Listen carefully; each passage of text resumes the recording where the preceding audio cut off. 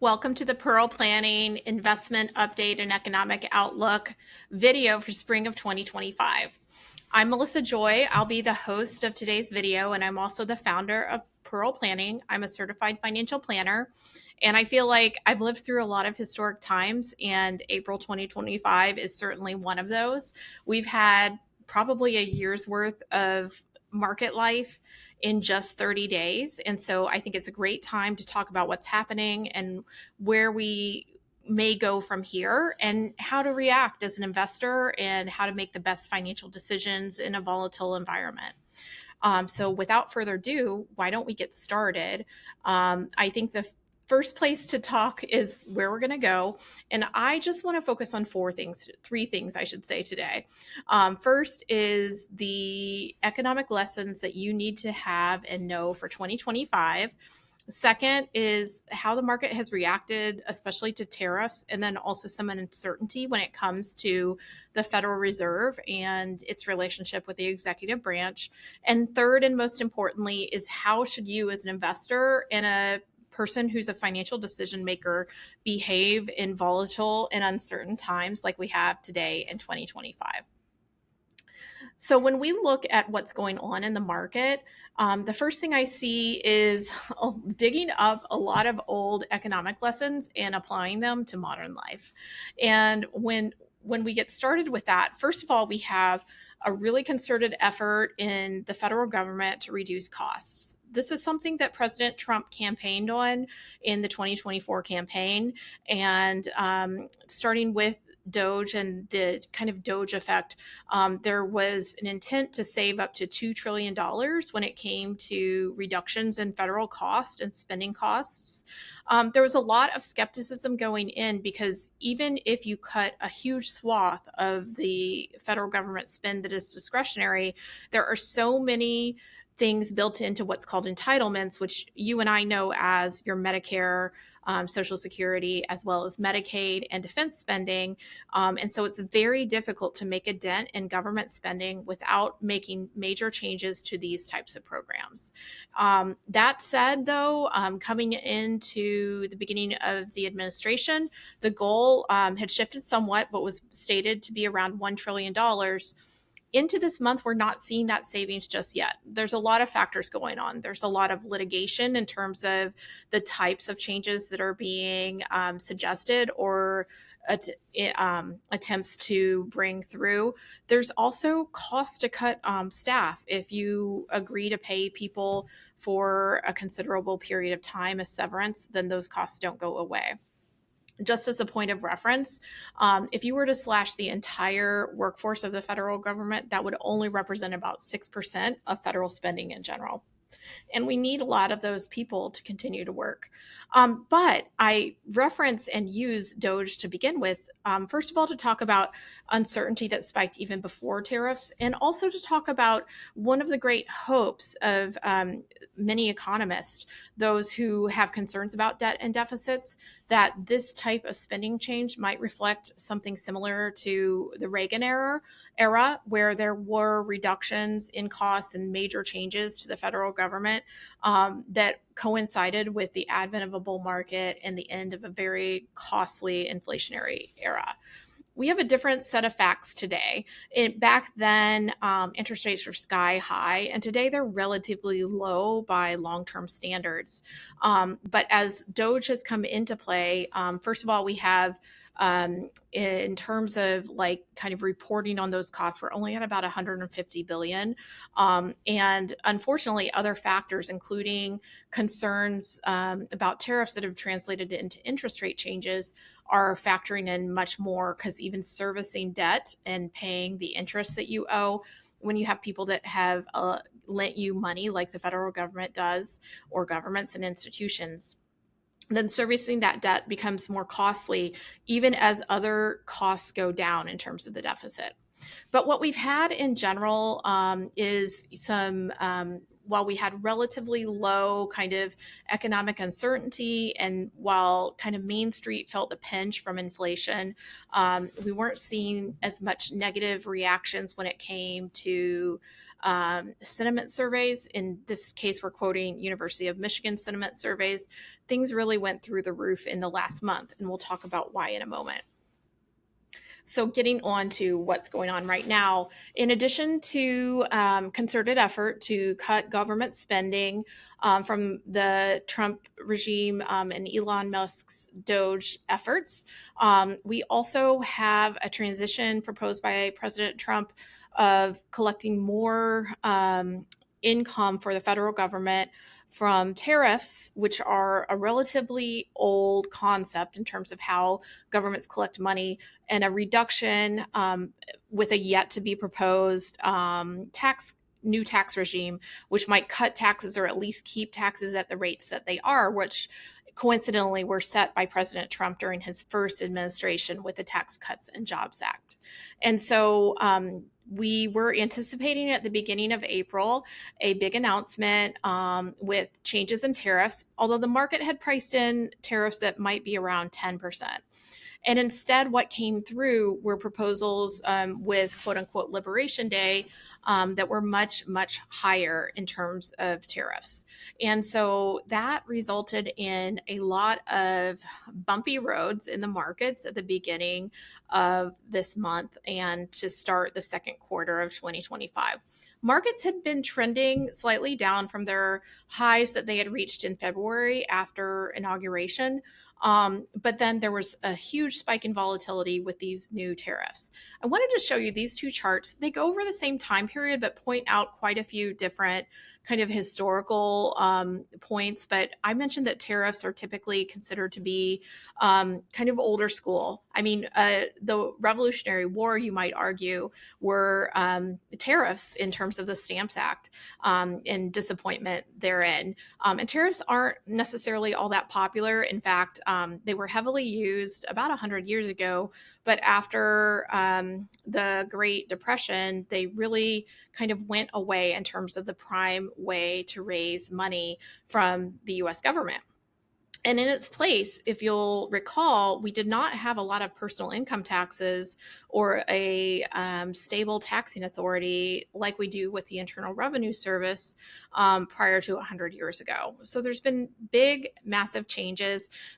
Especially based on history, because there is a lot of political cost that has been associated with tariffs. And you need look no further than to researching Herbert Hoover's administration and how they're perceived in terms of causes of the Great Depression to understand why.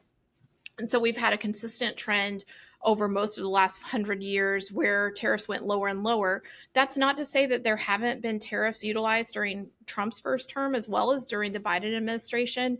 And certainly with escalating kind of disagreements with China, especially about intellectual property rights and competitiveness, tariffs have been utilized a little bit, but you can see that on the right of both charts. But what you can see there too is that bumping up is very, very minor relative to what has been proposed. Now, we're going to have to wait because what is being stated in Washington is that there are tariff negotiations going on between the executive branch in the White House and all sorts of countries that were have associated tariffs on them, or those tariffs are on pause but are coming soon. But it's TBD as to where we may end up. And we'll get in a moment to how markets reacted to those tariffs. But that is certainly a really important theme. And I think accompanying that theme is go back to your history books or your early econ classes to understand how tariffs work. There's a debate that isn't much of a debate when it comes to economists that because tariffs are taxed when goods are received, this isn't a tax on the issuer of the goods, it is a tax on the end recipient. And so the big concern and one of the primary factors that's increasing economic uncertainty and kind of unfavorable ratings when it comes to the economy is that all of these moves are potentially highly inflationary when it comes to your purchase of goods and even services. Now, continuing to think about history, I want to tell you a little bit about my own family history. If you look at the photograph on the left, you will see a picture of a group of primarily women and a few men who were factory employees at Levi Strauss in North Texas in the 70s and 80s. And one of those pictured in the center in a white shirt with short hair is my grandmother, Claudine Wood. She worked at that Levi's factory for more than 30 years and really was able to move her family from a failing farm in southern Oklahoma into the city in Wichita Falls, Texas. She became the female breadwinner of the household. Her husband, who was much older than her, mowed lawns in town, but she really was the one who brought home the paycheck and was able to retire with a very small pension, as well as Social Security, of course. And so that was an American success story for my family. But when I think about what she wanted for her family, I don't know that sitting at a sewing machine sewing jeans was what she wanted for her kids and grandkids. Her own son went on to get his master's and become a CPA. That's my dad, and eventually an executive in the financial industry. And, you know, here where I sit today, providing services and not goods. So I'm not sitting in a manufacturing facility. Instead, I'm providing services, which are a big portion of the US economy. When you think about where did those jobs go when we lost manufacturing jobs, they actually, in many cases, went to service sectors. And that's what you can see in the chart on the right. And so as we think about what are the end goals of tariffs, I don't necessarily know that relocating, rehoming the people that are sewing into the US necessarily has both the people with the skills, but also the desire to have those types of jobs. If you think about a factory where you can see those fans, they were sitting in North Texas without AC in the 50s, 60s, and 70s. And when I researched this to talk on this conversation, into the 1990s, the average employee was making about $9 an hour, which gives you a salary that over the years is about mid 30s in terms of what it would be if you like around 35,000 a year if you were to put it into 2025 terms. And while certainly some people could make that work as one of perhaps two incomes, it isn't necessarily the American dream. So what's happened is our economy has transitioned to include much more significant services, which can often have higher margins and are not necessarily factored into the trade imbalances that are being reported by the White House. And so that's one of the kind of head scratchers is, do we really want to go back to this manufacturing-based economy, or is this more of a negotiating tool to get a little bit more favorable trading over time? But I just hope you'll appreciate that I'm sharing kind of a personal story of why, you know, it wasn't necessarily a loss, at least for my family, to have manufacturing relocated elsewhere to people who want those types of jobs. Now, another important history lesson that we need to revisit for April 2025 or spring of this year is, what the heck does the Federal Reserve do? Because another mini crisis within the month of April was bickering between President Trump and the Federal Reserve Chairman Jerome Powell. Basically, there's a desire by the Trump administration for lower interest rates. I explained why that matters, because interest rates are a huge and very important factor when it comes to servicing federal debt. And while the Trump administration's goal is that we have lower interest rates, tariff action and the anticipated higher inflation that comes along with it mean that interest rates are likely to stay the same or higher for longer, because the Federal Reserve has dual mandates. So first of all, who is the Federal Open Market Committee? Those are the members of the Federal Reserve. There are 12 members at a time that cast votes to decide whether or not rates will go up, down, or stay the same. And that's those interest rates then factor into a variety of things, including our credit card interest rate, our home loan or rate, or the opportunity to refinance, etc. And so when you look across these governors, it's not just Jerome Powell making decisions. It's more of a decision by committee, although Mr. Powell is in charge of that, or Chairman Powell is in charge of that.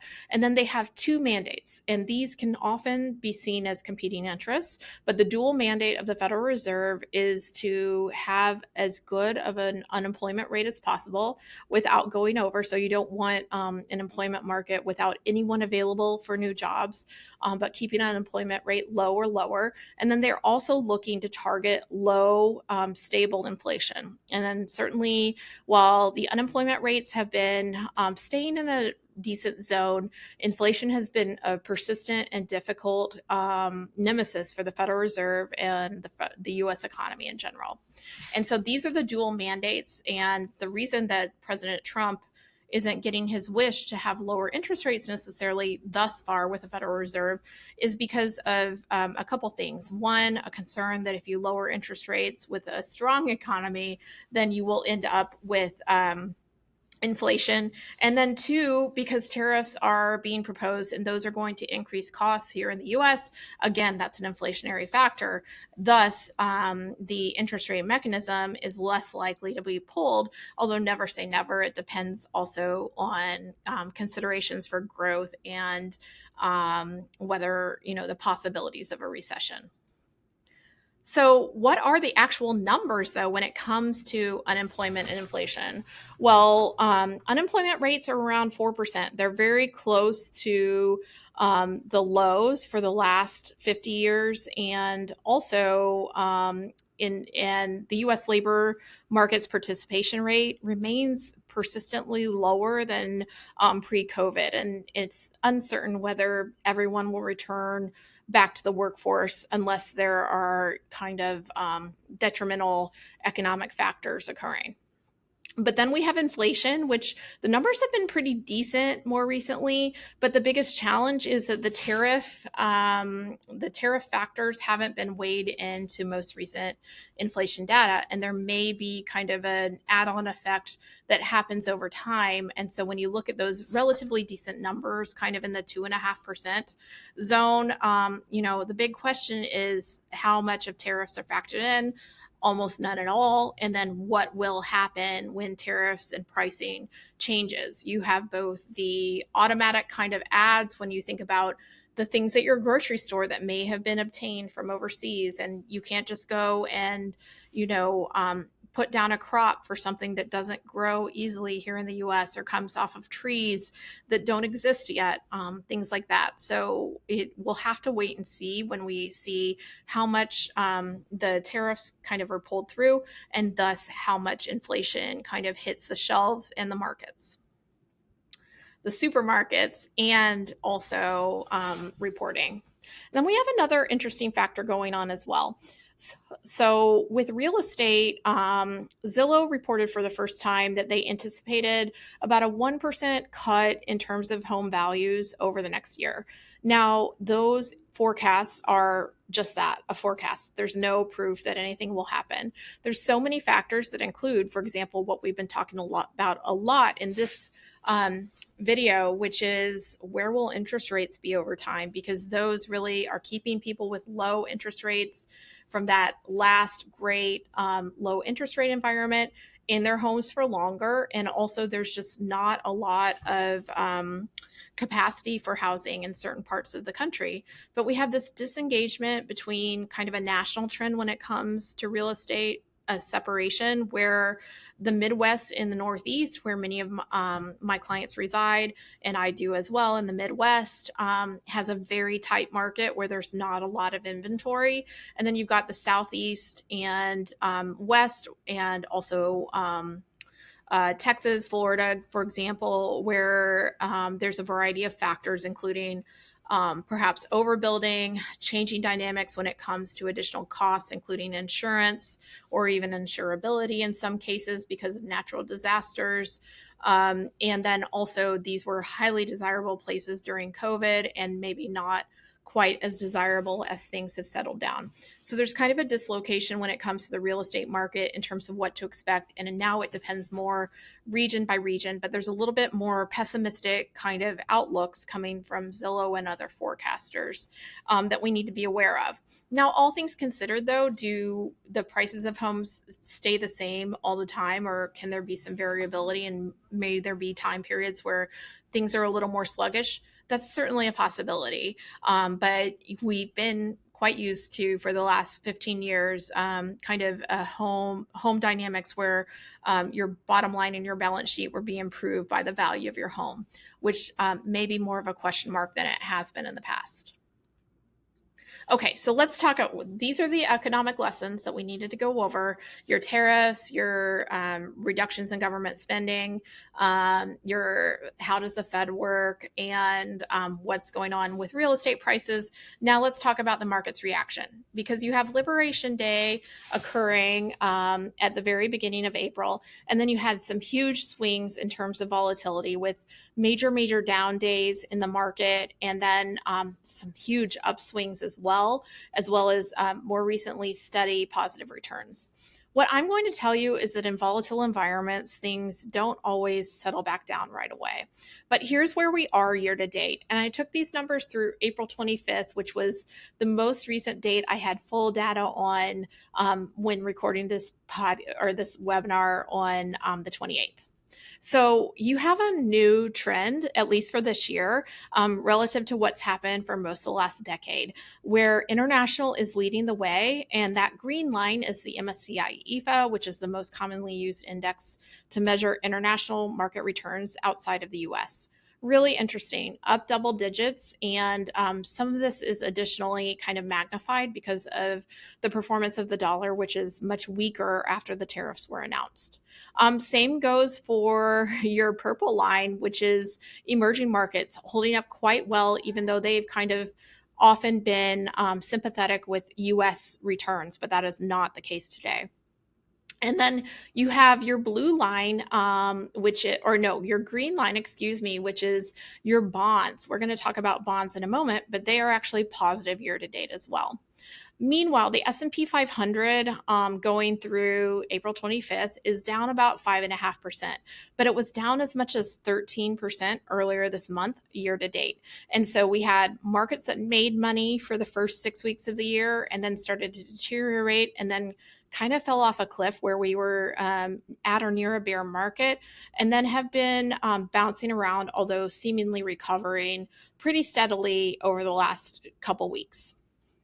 And then an interesting also diversification note is that value investments, those are kind of older school economies, companies that are considered cheaper to buy when measured by their price relative to how much they earn, but aren't necessarily as exciting in terms of their growth prospects as other companies in the US stock market, have been holding up much better than kind of the charming companies like the NASDAQ, which are a little bit more interesting to investors, but may have kind of gotten ahead of themselves in terms of their growth in the past.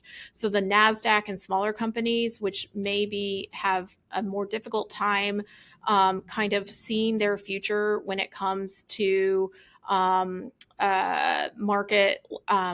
markets with tariffs, because they may be much more insecure in terms of pricing or having less lobbying power to try to affect change when impacted by changes in tariffs, are down more significantly, between 10 and 12%.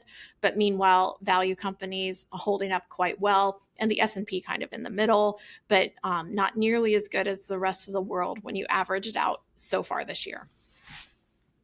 So a case for diversification, which as a financial planner and also someone who loves investing, we've been looking for reasons to diversify for years, and really just had to note this is a good habit, but you can't see the reasons why just quite yet. This is the opposite type of year where diversification is really clearly providing value to clients' portfolios. It's TBD because past performance does not predict future returns to know how that might go from here. But I think it's an important lesson for a difficult market time to know that there could be possible differentiator outcomes with a more diversified portfolio than just owning, technology companies or large companies only within the US. So I wanted to talk to you. Those markets really reacted and kind of spoke to power when it comes to the White House, because those big bad days really were in tandem with the announcements of Liberation Day and the following announcements. And then there's been the days that are really strong are days where they kind of the White House administration rolled back their promises of what was coming and said, hey, we may look at this for longer, or we don't want to fire the Federal Reserve chairman. We don't love what they're doing, but Jerome Powell still has a job. Those were the type of days that really had huge upswings. And so, like I said, the market may be a truth to power kind of moment, which is much more difficult to stymie or shut, be quiet than your typical, person or company where you can out and out threaten them. The markets just don't care. They're looking to see if things seem to be incrementally better or worse. And enduringly, the vote was don't love, tariffs that are much, much bigger than anticipated, because certainly the markets had already factored in significant tariffs relative to where we started the year. But then we have the bond markets as well. And it's really interesting when it comes to bond markets, because bond markets are kind of your measurement of the underlying security of the economy and government. And so when people see bonds changing how they're behaving and behaving differently than you would expect, that isn't a reason for traditional investors or economists to be quite concerned. So again, bond markets have a way of fighting back when it comes to policy that they don't like. And when we entered April, if you look at this purple line to the about 3/4 of the way across this graph from left to right, then you see that interest rates were kind of bumping up. But then we had the announcement of Liberation Day, which was initially not perceived that well. Markets went down, and so did bonds. That means that their interest rates went down. The price of bonds went up. So bonds were doing what they do as a seesaw. When stocks go down, the price of bonds went higher because it was anticipated that interest rates would be lower. Okay, that seems normal. But then you can see the spike in this chart, which goes through April 21st. You can see where, oh, it seems like we're at a trend where interest rates are going lower. And then, oh my gosh, why are interest rates actually going from about 4% to about 4.5% all at once over a couple days? Now, this is a bond market disruption. This is saying, hey, who's selling bonds and what are they buying instead? Speculation is that in some cases, people needed to sell bonds to either purchase stocks or cover short exposure to stocks, large institutions. Also, some speculation that foreign reserves that were in US bonds decided to look elsewhere, and perhaps some of that money went into gold. But certainly, a note that was perceived as a risk on type of environment, or a risk concern, I should say, type of environment when economists were observing this. And also of coincidence is that some of the backing off of kind of plans for either change in Federal Reserve, as well as, hey, maybe we'll pause this consideration of tariffs and see what we come up with in terms of negotiations. All of that's occurring after the bond markets are speaking and saying, hey, we're spooked. We don't love this. And certainly it is not in the best interest of the White House, who's looking to tame debt and deficits, to have an out of control or increasing cost of servicing debt when many of these bonds will need to be refinanced in the near future. So that is a little behind the scenes baseball of how markets reacted when it came to bonds. You can see they've started to come down again, and we're trading around where we were in mid-March. And so after kind of adjustments to quote unquote hearing what bond markets were thinking, and then saying, hey, we'll consider the alternative, then perhaps decent news. But I describe 2025 as living in a shaken snow globe, because in many cases, things that you considered to be, hey, maybe there will be tariffs, but they couldn't be that much. Or, the Federal Reserve is always going to be an independent institution. things get shaken up, markets react, so do headlines and policymakers. And so we are kind of living in a snow globe that seems to be shaking a little bit more right now than typical. And we'll have to see how everything shakes out, or whether the snow kind of settles down so you can have that peaceful snowy day. But here's the actual measurements that remind us of the snow globe. So first of all, I'll note that on the chart on the left, you'll notice that markets move faster than ever. And so we have a lot more volatility in a time like this than we were used to having over the years. In fact, today, markets have moved more than 1%, 56% of days in the market. And that's just a lot of volatility. And so that, you just need to be used to things not being on average up 0.25 to 0.75. Instead, when things are good, they're very, very good. And when things are difficult, they're very, very difficult. And you can have both in the same week or within a 48-hour period. So when you see the spike on the right, this is a measure of something called the VIX, which is a measure of volatility. That's how much things are different from day to day. And you can see that when you look back at this chart, the purple on the right, that over the last 5 years, going back pre-COVID to 2020, this is the biggest volatility event we've had over the last month since COVID itself. And so these are just kind of the type of years where everything's just happening a little more quickly and with a little more amplification. Interestingly, I pulled this, Carson posted this and noted we had a huge day on April 9th where markets were up almost 9.5%. In fact, it was one of the biggest days in the last 100 years when it came to market returns. We always talk about this, and I have a chart to prove it in a moment.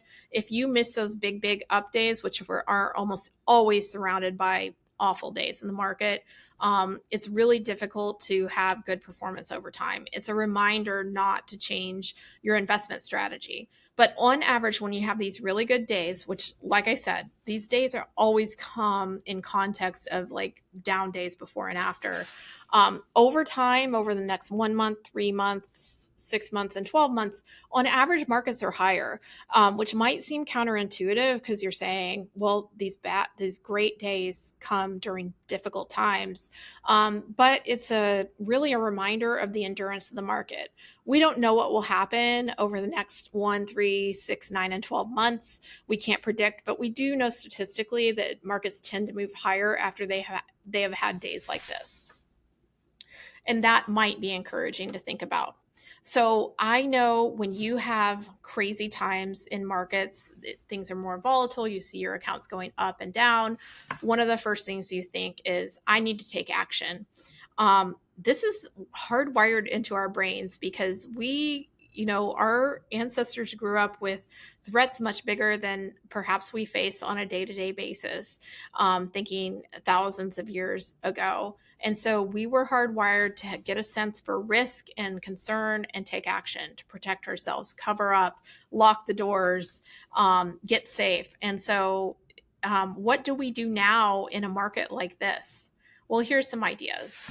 First of all, remind yourself that if you're an investor, you're not gambling. Instead, you're investing for the long term, which has pretty terrific odds. We can't predict what's going to happen next, but we do know over 20-year periods, investment in the S&P 500 has annualized returns that are always positive.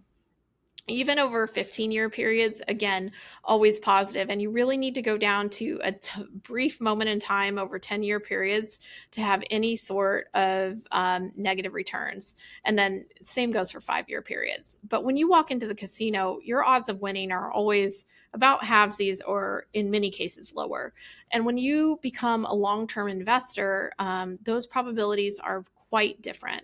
And can be really important for you to remember that there are much stronger possibilities for investing with discipline and process. This is that chart that I think is overdone when we have volatile markets. But you know what? There's only one way to kind of come at this subject. It's so easy to have the tariff announcement that we had at the beginning of the month and say, you know what, I just want to sit this one out. Give me 90 days and then I'll think about getting back in. But then you had that positive 9.5% day all at once. And when you look at that happening year over year, if you just missed the best 10 days in terms of the market, you would have taken your annualized performance down by about 3.25%, because you know you're getting out of the market at times where it's very difficult to get back in. And when you add more and more days because of your investment behavior, it makes it more and more difficult. It's a reminder that even though you want to take action and change everything, staying with status quo or staying similar to your existing process can be much more valuable over time. And more than anything, your choices during a time like this and your choices to stay kind of steering toward your long-term path are a fuel for your success as an investor. And the road to successful investing is paved with casualties that made choices at very difficult moments in time that cost them over the long term. I can't tell you how many people that come to me and say, you know, we just kind of gave up after 2008 and 2009, or we really threw in the towel during COVID or even 2018 or 2022, and we haven't gotten back in. And so it's so important to remember, if you have a financial plan and you have an investing game plan, that typically your investment kind of plan was built for volatile times like this. It's not just built for a sunny day with no wind in sight. And so I always like to remind people of that. And if you're not sure if you have a strategy, then it's time to talk to a financial planner and investment manager that may be able to help you to weave a longer term plan. So should I cash out? I know it's still a temptation, even though all I've been doing is talking about how important it is to stay in. Well, again, here is a reminder: with a diversified portfolio of about 60% stocks and about 40% bonds, of the percent of time where you may have outperformed relative to cash. And in every 1 month period, you're averaging about 70% in terms of positive returns, and very close to that when it comes to outperforming cash. You get, for a 1 year period, almost 80% of the time you're outperforming cash, and even more of the times you're positive. And when you get to 7, 10, 13, 15 years, you're positive almost 100% of the time. And you also have very high probability of outperforming cash, even when cash is paying you 4.5%. I have to tell you that over the last 50 years, and this research goes back to 1995, cash was paying you 6%. So at the beginning of those periods, or even higher. So this isn't just assuming that cash is paying you almost nothing. But still, why not cash out? I feel like it's easier to talk about this with a smile this week than it was a few weeks ago, because we have had such strong returns. But I'm not predicting that we're out of the woods necessarily, knowing that there could be new policy initiatives. There also could be a return to very hard tariffs and, who knows, unexpected news as well. It's really easy with hindsight to think everything's predictable, and it just isn't typically. When you look at consumer price index changes, it's averages about 2.5% going back to 1990. And if you look at the loss of the US dollar, if you just had your money kind of hidden under a pillow, you would have lost 55% in terms of the value of your money if you hadn't had it invested in something that could at least keep pace with inflation. Now, cash can typically stay pretty darn close to inflation. I've used a money market return fund in this example, and it's only about 0.03% off of the change in inflation over this long period of time. But then let's compare that to other types of investments that you might choose. So you have the consumer price index up 2.5%. And again, you're getting about the same when it comes to your money market. But then what happens for the S&P 500 returns? They're the green chart on the right, quite good. If you look at the returns of international stocks, also quite good. Same goes for the returns of bonds. And so a portfolio that is basically a mix of these three things gives you a much stronger ability to not only keep your wealth ahead of inflation slightly like cash would, but actually grow your wealth and thus your purchasing power. And so again, a powerful reminder for a long-term chart for the reasons to not just say, I'm good with my cash, I'd rather just get the 4%.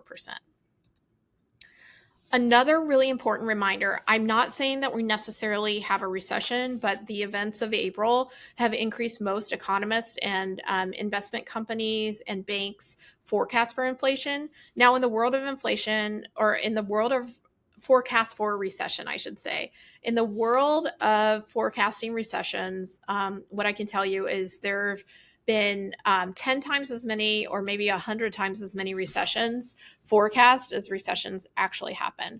Recessions are pretty infrequent, at least in terms of recent history.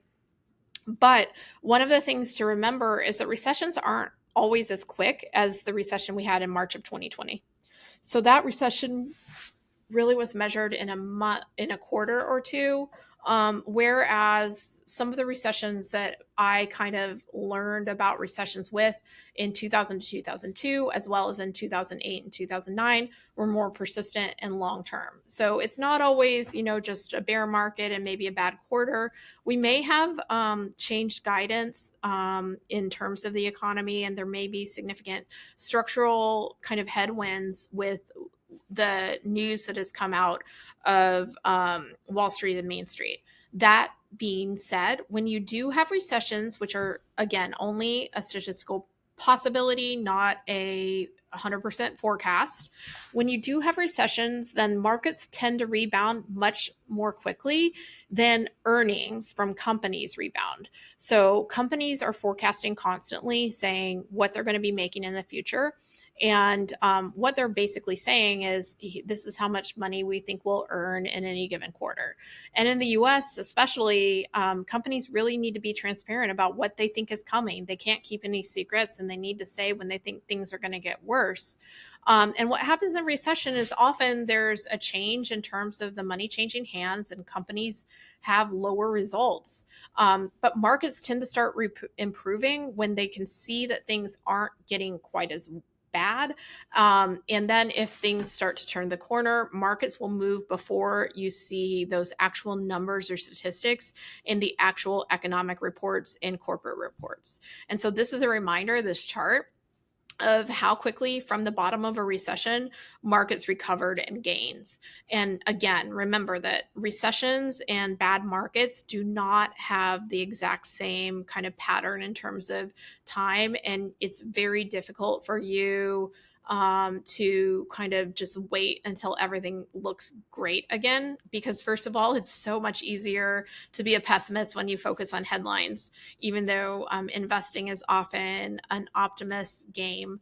And then also just that those kind of market metrics tend to always be leading indicators, not lagging indicators. So you're not waiting for the markets to recover. The market recovery may indicate when the recession is getting closer to over. So now I've already told you that you're someone, if you're wired like most of us humans, who really wants to take action when it comes to volatile times. And so in this last kind of wrap up phase, I want to remind you what you should be doing in lieu of a complete overall of your investing strategy. Number one is a mindset reminder: refocus and recommit. Acknowledge that your emotions are a part of your journey as an investor, but stick with your game plan. I'm not saying bury your feelings. What I would say, though, is it's healthy to say, this doesn't feel great, but I knew this was coming. Or remind yourself how you felt during other difficult market times and what you did to get through that. Here are some other actions, though, you can take. Tidy up and roll up your sleeves on items that may feel important to you.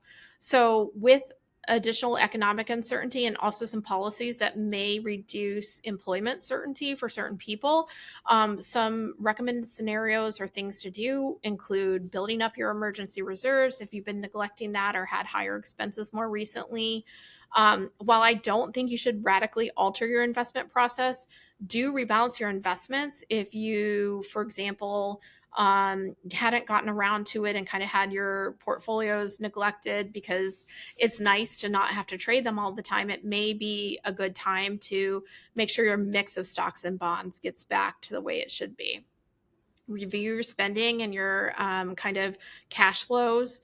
And then if you have concentrated company stock, or you just have certain positions that you bought during the last meme stock phase and now you know you shouldn't have bought them, but you haven't got rid of them, diversify your holdings and get rid of individual positions that you're not monitoring for a more robust, diversified portfolio that might have hopefully low costs as well. Put idle cash to work, especially we love, kind of systematic investing, or you could even bump up your retirement contributions. It's a great time to buy more, not less. Also, plan ahead for your future.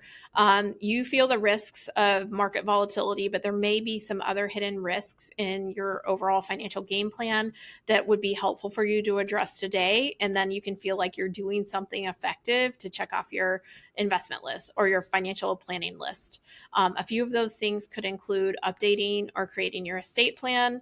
We see this time and again where people know that they either need to draft will, trust, power of attorney, healthcare power of attorney, but just don't know where to start. And certainly your financial planner or your favorite estate planning attorney can help you out with that.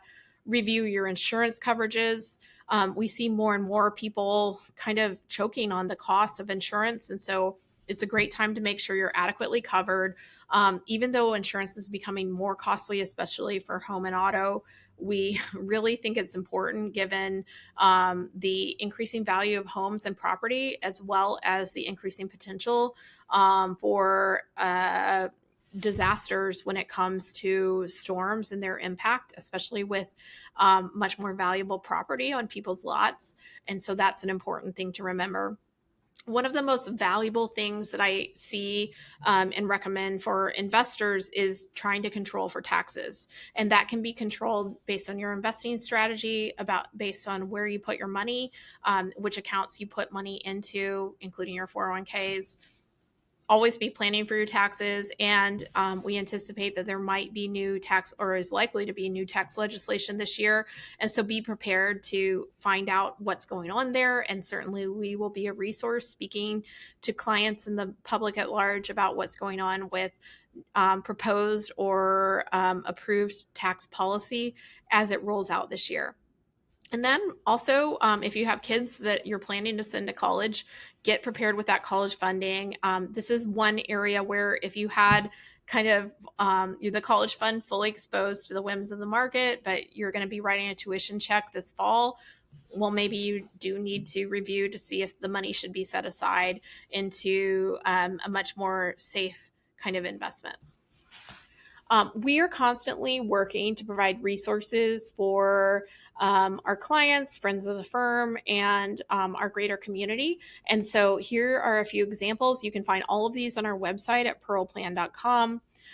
We had 2 recent blogs, What to Do in a Bear Market and The Tariff Trap, talking about the tariffs. We also had a podcast episode on our Women's Money Wisdom podcast called Tariffs, Crashes, and Bear Markets. You can subscribe to our newsletter straight off of the website. And then if you're someone who's interested in kind of shoring up your financial plan, you can also schedule a time to meet, whether you're an introductory client or a current client of the firm. We'll have all of those links in our summary notes for our YouTube channel, as well as this presentation will be on the blog page, as well as future presentations. So as you think about what's next, I'm sure this won't be the only historic times we live through. I'm used to it when it comes to investing. And I also feel fortunate to have experienced with mentors who really taught me through the last almost 30 years of investing. I really think that gives me perspective that is hopefully relatable to you in videos like this. And I encourage you to also keep that perspective toward the long term. Know your horizon, know your goals in terms of when you want to be successful as an investor. Not the finish line is typically not this week or this month. And so your habits and behaviors in volatile and less volatile times can really add up to successful investing over time. Don't hesitate to reach out with questions. And with that, have a great week.